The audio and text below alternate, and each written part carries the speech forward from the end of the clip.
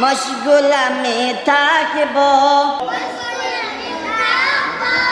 আল্লাহ পাকের ইবাদতে মশগুল আমি থাকব কারো কথায় কান্না দিয়ে সুন্নাহ মতে চলব মা বাবারই শুনব কথা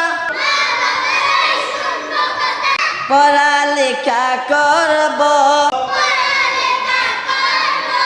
মিথ্যা কথা বলবো না আর সত্য পথে চলব মিথ্যা কথা বলবো না আর সত্য পথে লড়ব